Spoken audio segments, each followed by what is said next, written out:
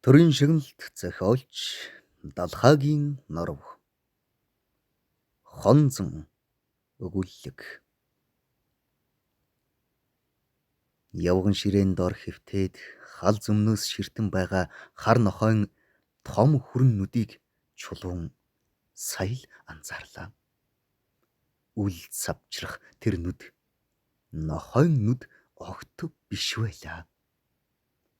Тэр нохой чулууныг гар хөлөө хөдлөх төдийд хялам хивч дэмчгийг ширтээстэй юр үлэх хөдлөх аж. Дэмчиг буудэнд зэрэгцэн суусан гангар шаазан шиг хэврэг цагаан бүсгүйн санчигны үсийг илбэн аргадах юм уу? Булцгар цагаан гарыг барих эсвэл ширээнээ өрсөн мэдээ сархтад хүрх тоолонд хар нохойн сэрвэний зогдор босож уруул завжин татвагнан сахална чичигнэн.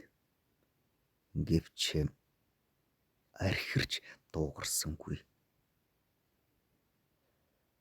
Нохой хаяа дээш үл мэдэг хар зүрхийг үзвэл дэмчгийн чанх ард хивс голлуулан зүүж урд цэнхэр хадаг дамнуулан тогсон гуутай зургийг харах бололтой.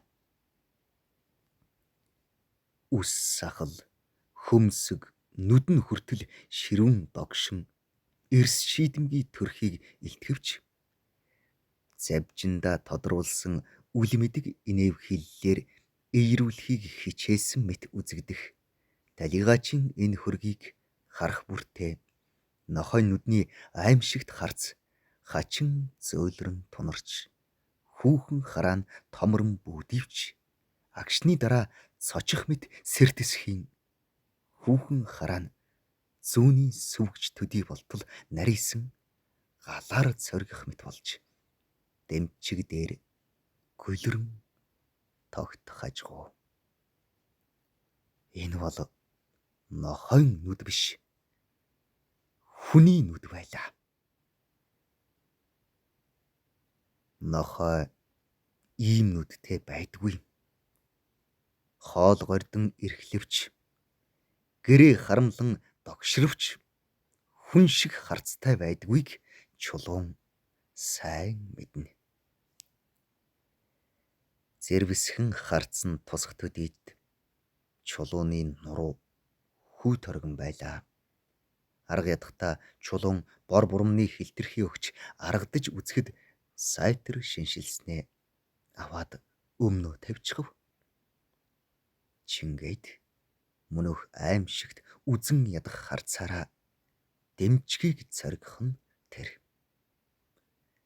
Чулуун дэмчгийг өөр рүүгээ татаад ой чи энэ нохойн нүдийг хараач гэж шивгэнэхэд цаадах нь нэг сүрхий харснаа гар занган ярвс хийв. Гэвч чулуун явъя гэж шивгэн жамжив. Охин хүргэн хоёр маань ирж хань болдгоо болж энэ ханхай байшинд тогтож суухын арга алга байна шүү. Энэ мөн хойл оровч гарвч дэргэд байдгийм. Чамайг ороод ирэх байх гэж цөхөртлөө хүлээлээ. Одоо айх эмээх юмгүй болсон юм чинь ирж байна үсттэй гэж хүүхэн намуухан ярив. Ирэхээрч барахгүй шүү гэд дэмчиг зоригоор инээд алдснаа бүсгүйн чигт сормосыг эрхийгээр илбэн арчаад үлээ сагсан сар шиг үххийн хүлээж байж дээ гэж чамайг зэв үсэх болов уу гэсэндээ л ирээгүй юм. Гэх дэмчгийн үг энэ удаа харин үнэмшилтэй сонсогдов. Айхгүй юмнасаа айжтэй чимэн. Талигаачийг байхад айгаагүй өдий хүрсэн. Гэтэл дэмчиг үгийн тасалж тэр яах вэ найзаа? Одоо харин намайг хизээч ирсэн хөөхгүй юм байгаа биз дээ? Гэд гарын иллээ. Бүсгүй гашуун боловч тааламжид дурдтгалаас санан ялимгүй ичингүүрэн тухайснаа.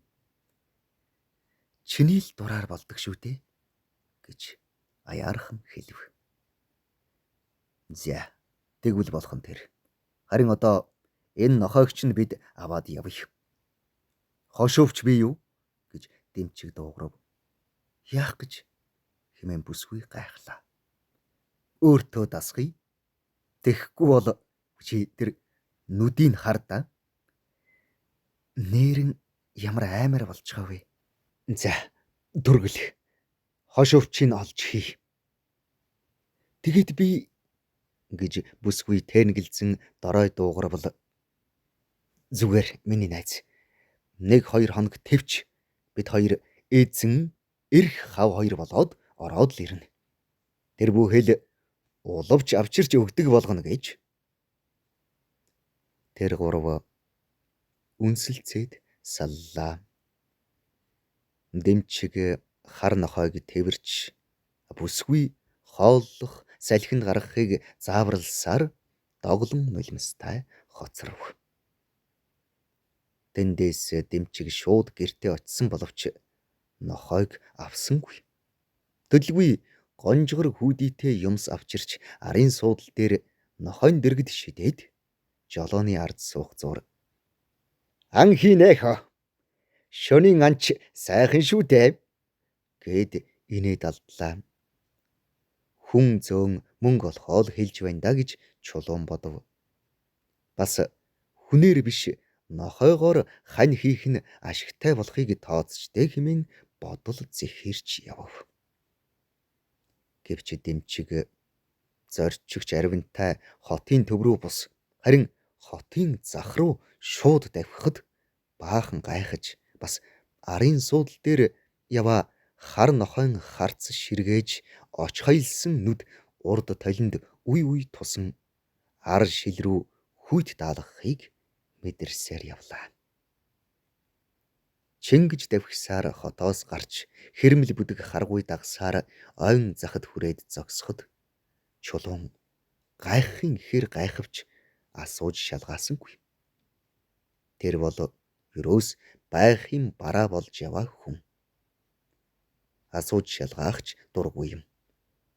Бас хөө нэгэн юр бус хүйтэн зөн совинд автчихад дуугарчгүй, хөдлөгчгүй урд суудалд дөм бийж байв. Дэмчиг хар нохой гонжгор хүүдийтэй юм хоёрыг чирэм буулгаж машиныхаа гэрэлд очлоо. Нэг үздэл мөнөх бяцхан нохойн хүзөвчнээс төмөр утсаар оосрлон чирч байв. Уллан цагтахт нь эргэж ирээд үсэртэл өшгөлөв. Босоод ирэхэд нь дахин нэг хийстэл өшгөлөөд цасан дундуур чирсээр гэрлийн гол тусгалдах зулцган газварын дэргэд очиж нохойг уйлаа. Пүүдл хэмээгч тэр өчүүхэн амьтан хавиргаан хэмхэртэл хэд өшгөлүүлэхдээ ядч ганц ган хийсэнгүй. Уюулж хаад зогсож байхдаа хичнээн хөөрхөн харагдсан гэхэв. Арслан мэт босоо өрөвлөгтэй цээж битүү зогдортой бас эрхийн жинэ модгор сүүлтэй төөхрийн далбар чихтэй юм. Паацхар дөрвөн хөлөөрөө бат уллан нааш эрц харан зогсоход хоёр нүднээс нь гал дүрлцэж байлаа. Уяанаас алдуурах гэж хайр ивэл гуйж элдв хоёр болсонгүй таг зогсож байлаа. Дэмчиг гонжгор уутнаас эвхдэг буу гарган угсарч сумлаад дэлгээтэй хаалган дээр талбин шагайснаа. Хажуудаа шүдтэй новш чинь. Уг нь тэр хоёр сүрхийн нүдийн нэвт буудъя гэж бодсон юм. Тэгвэл яг гол хэмээн үглэн чичгэнж байв. Чулуун тэр эрлэхийг бяцхан амьтны үхлээ хүлээн тайван гэгч зогсохыг харж байлаа. Буу тас хийхэд нохой татгвас хийснэ. Дөрвөн хөлн дөрвөн тийш сарвайн жийж хилэнгийн гал дүрлцсэн нүд нь аажмаар цогшин унтраад хөх гэрэл гаргаснаа.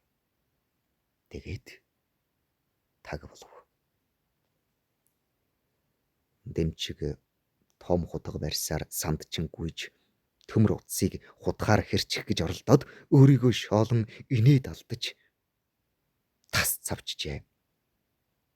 Бас хурун чинээ сүүлийн завчин авч хүн болж төр гэж шившив бололтой хол шидлээ.